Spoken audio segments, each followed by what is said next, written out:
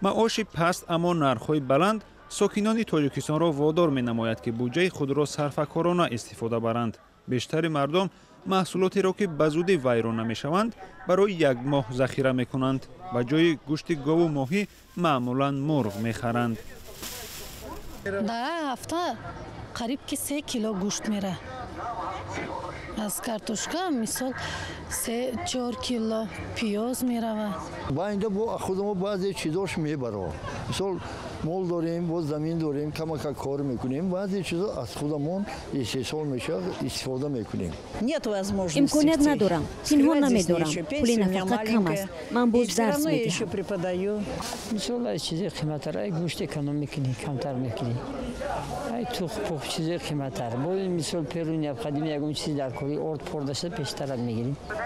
ҳафтаиш дақиқа як мегирем, як 2 кило, 1.5 кило, 2 кило.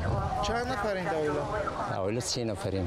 ҳукумати тоҷикистон меъёри тавсиявии истеъмоли маҳсулоти асосии ғизоиро барои ҳар як сокини кишвар муайян кардааст. дар ин ҳуҷҷат нишон дода шудааст ки ҳар як нафар бояд барои солим будан кадом навъи маҳсулотро ва чанд грамм истифода намояд.